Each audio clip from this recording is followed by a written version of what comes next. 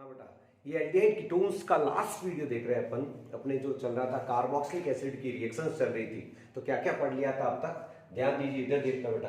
तो जो पढ़ाई की थी वो बहुत सिस्टमेटिक है कि एक जो CO ग्रुप है, अपन ने पढ़ा था कि ये 4 टाइप की केमिकल रिएक्शन देता है। पहले कौन सी पढ़ी आपने? H वाली हो गई थी। दूसरी कौन सी पढ़ ली बेटा? OH वाली। और आज तीसरी कौन सी पढ़ने जा रहे हैं? Reactions of COOH group. तो आज की हेडिंग क्या है?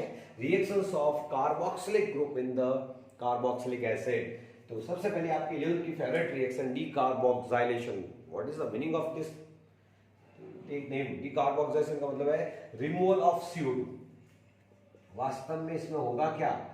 Removal of CO2। 11th में याद करो, आपको सोडा लाइन थी बेटा। तो इन प्रेजेंस ऑफ सोडा लाइन क्या होती है? सोडा लाइन, ध्यान दीजिए, NaOH और CO का मिक्सचर। जो लाइन होता है ना, लाइन, उसके अंदर कार्बन, ये CO2 गैस निकलती है एक्चुअली, इसमें बाहर CO2 निकलती है उसमें, और ये लाइन डालते हो और NaOH डालते हो तो CO2 निकलती है बाहर। That is called decarboxylation. होता क्या है कि when the sodium salt of carboxylic acid ये रहा, इसका सोडियम सॉल्ट लेना है, ये रहा, और इसके अंदर सोडा लाइम डाल दो। आपको सोडा लाइम दिख जाए, नहीं, सोडा लाइम लिखा हुआ मिल जाएगा, या NaOH और CaO चमकता दिख जाएगा।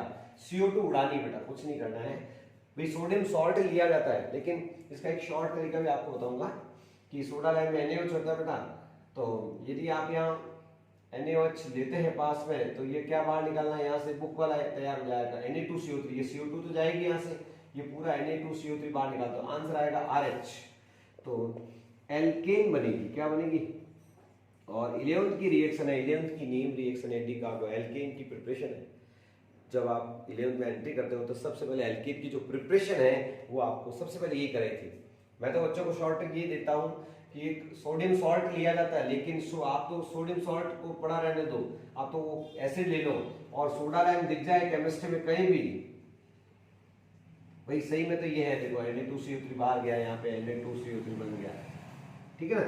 लेकिन सोडा लाइम दिख जाए तो बस CO2 उड़ाओ और मजे करो, तो क्या बन जाएगा? RH। क्या बन जाएगा? RH। तो सोडा लाइम की प्रेजेंस में क्या बनेगी बेटा? एल्केन। इसमें बहुत बड़ी बात कोई बता सकता है क्या कि रिएक्टेंट में यदि 2 कार्बन है तो प्रोडक्ट 1 कार्बन वाला आएगा। रिएक्टेंट में 3 कार्बन वाला है तो उसमें आएगा 2 कार्बन वाला। एक एल्केन और बनाते हैं अपन।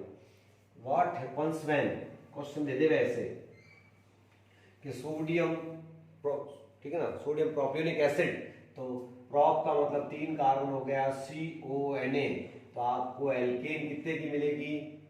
2 की। ये CO2 उड़ा दो आप, Na तो बाहर जाएगा ही जाएगा। यहाँ क्या चमकता हुआ है? सोडा लाइम दिख गया, तो आंसर क्या आएगा? एल्केन आएगी 2 कार्बन में, यहाँ 3 कार्बन है, और यहाँ आपको प्रोडक्ट जो आएगा वो 2 ही कार्बन का आएगा। तो केमिस्ट्री पूछ सकते हैं भाई, क्या आपको पूछ सकते हैं कि ऐसी रिएक्शन बताओ जो कार्बन को डिक्रीज करती है, डिसेंडिंग ऑर्डर में कहीं जाना हो, कहीं कार्बन को डिक्रीज करना हो, तो ये रिएक्शन काम की है। इसमें एसिड तो 3 कार्बन का लेंगे तो एल्केन 2 की मिलेगी, वो CO2 में चली जाएगी एक बाहर, ये दिमाग में रखना है।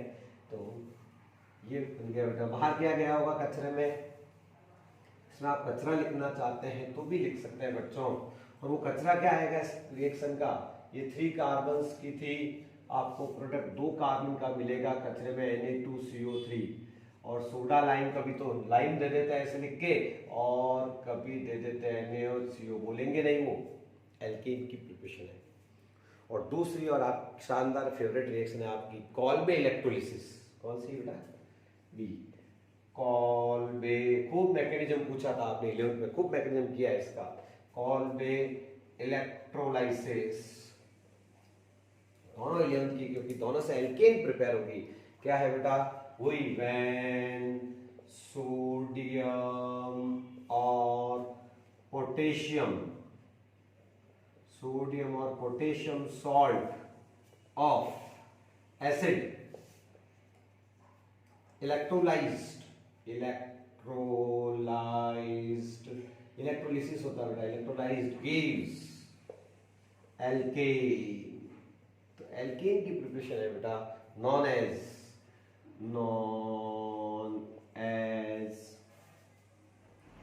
Kolbe electrolysis, Kolbe electrolysis, Kolbe electrolysis बोलते हैं। सोडियम और पोटेशियम सॉल्ट लेना है, ध्यान देना इधर। ये ले लिया साहब CH3CO, पोटेशियम सॉल्ट है तो K लगा दो, और सोडियम सॉल्ट लेना है तो आप Na लगा दो। इसमें हमेशा 2 मोल लेते हैं, याद करना, ध्यान देना, 2 मोल लेते हैं।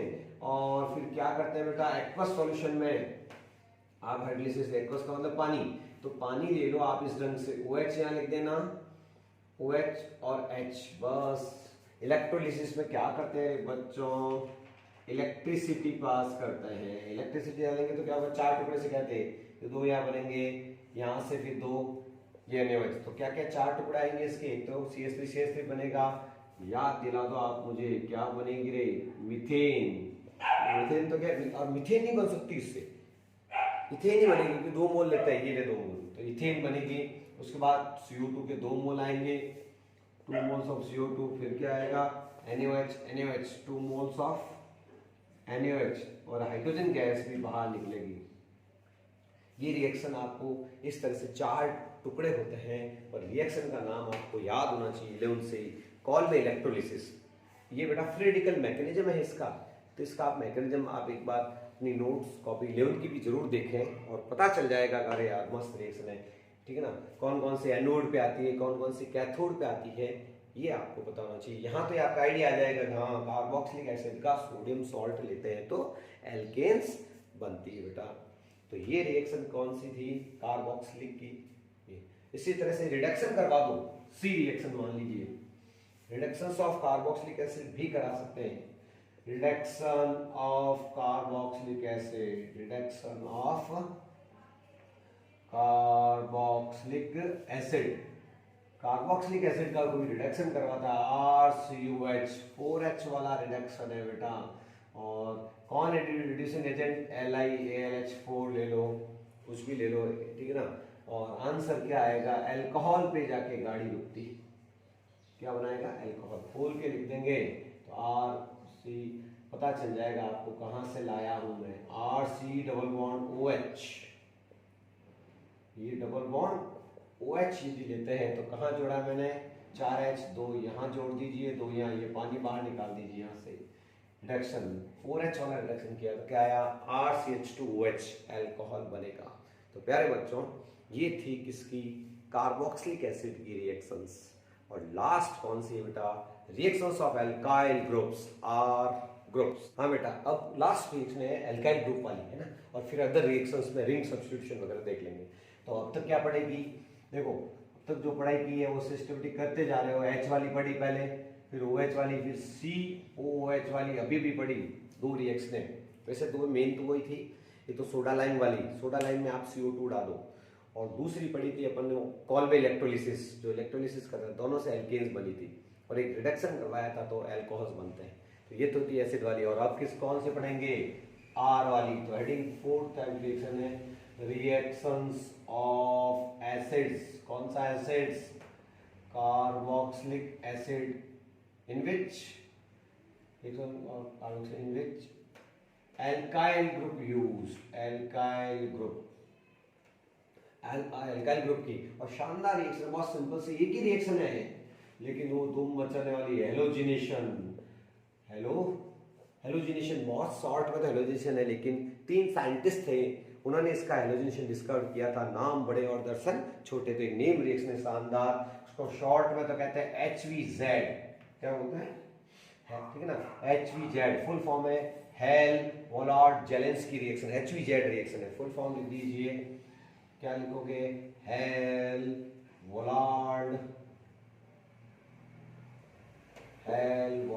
जेलेंस्की रिएक्शन, ZELINSKY,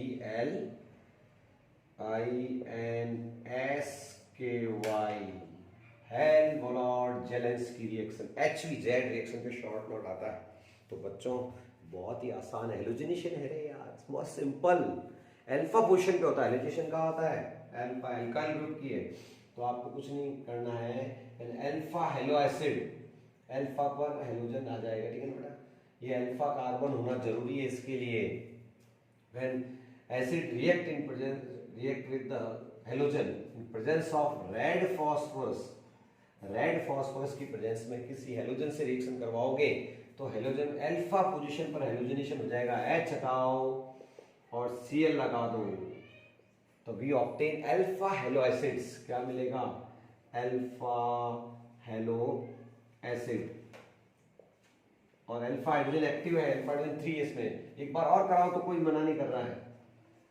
हेलोजनेशन और क्या चमक जाएगा? Red phosphorus. रेड फास्फोरस की प्रेजेंस में तो एक बार और आ जाएगा हेलोजन, CH हो जाएगा, Cl और COH। तो अल्फा हेलो एसिड ऑब्टेन होते हैं। The reaction known as HVZ reaction, Helmholtz Zelensky reaction. तो नाम बड़े और दर्शन छोटे हैं। सिंपल सा हेलोजिनेशन है अल्फा पोजीशन पर, उसका नाम है हेल्महोल्ट्ज-जेलेंस्की रिएक्शन।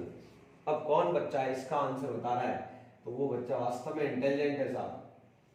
इस रिएक्शन का आंसर क्लोरीनेशन या ब्रोमिनेशन करवा रहा हूं मैं और रेड फास्फोरस की प्रेजेंस में करवाना है। इसका आंसर कौन बता रहा है? तो इसका आंसर में ध्यान रखने वाली बात क्या है? जस्ट पड़ोसी अल्फा पे होती है, अल्फा और ये बीटा यूनिक यहां लगा दो, सर ने यहाँ किनारे पे लगाया ना, इसमें ऐसा देख करके नहीं, अल्फा पोजीशन पे रिएक्शन होनी चाहिए। तो इसका आंसर क्या है बेटा? अल्फा पे रिएक्शन होगी तो इसका अल्फा हेलो एसिड आएगा बेटा। तो प्यारे बच्चों अल्फा पर हेलोजिनेशन करवा दिया है, 2-chloro-propanoic acid is the answer. तो ये है इतना बड़ा नाम हेल्महोल्ट्ज-जेलेंस्की रिएक्शन और है सिंपल सा हेलोजिनेशन। तो डेफिनेशन भी आप बना सकते हैं। क्या डेफिनेशन बना सकते हैं इसकी? रिएक्शन तो खत्म कर दी मैंने, तो अपन क्या लिखेंगे? when carboxylic acid in which alpha hydrogen present, alpha hydrogen तो होना चाहिए, in which alpha hydrogen present react in presence of red phosphorus, Lal phosphorus, red मतलब लाल कलर का कोई फास्फोरस, फास्फोरस दो तीन तरह का, red phosphorus gives alpha halo acid reaction known as, ओ हो भैया जी, reaction known as Helmholtz Zelinsky reaction. Hell नाम बड़े हैं बेटा, कुछ नहीं, Helmholtz Zelinsky, ZELNSKY Zelinsky reaction बुलवाती है, HVZ रिएक्शन के नाम से जानी जाती है, HVZ हेल्महोल्ट्ज-जेलेंस्की रिएक्शन। तो बहुत सिंपल सी रिएक्शन है। दो एग्जांपल आपके सामने है। एक बार और, जैसे अल्फा एक बार कराया, एक बार और करवा दिया था H लगा के, तो दो बार करवाओ, जितने अल्फा हाइड्रोजन आगे से आगे करवाओ। ये है अल्फा हेलोजिनेशन, ठीक है बेटा। और लास्ट अपन पढ़ेंगे जो अदर रिएक्शंस में है, वो रिंग सब्स्टिट्यूशन पढ़ते हैं इसके जस्ट लास्ट। हाँ बच्चों, अब लास्ट बच्ची कुछ अदर रिएक्शंस है, लास्ट चैप्टर खत्म हो रहा है, लास्ट वीडियो है ये। लास्ट रिएक्शन क्या है बेटा? अदर रिएक्शंस में रिंग सब्स्टिट्यूशन। कौन सा है? Ring substitution. और तो रिंग सब्स्टिट्यूशन का मतलब समझ जाओ कि ये एरोमेटिक कार्बोक्सिलिक एसिड के लिए है। तो एरोमेटिक कार्बोक्सिलिक एसिड, एरोमेटिक, और एरोमेटिक वर्ड आते तो राजी हो जाना, वही 5 रिएक्शन है, halogenation, nitration, sulphonation. Aromatic carboxylic acid, carboxylic acid gives some reactions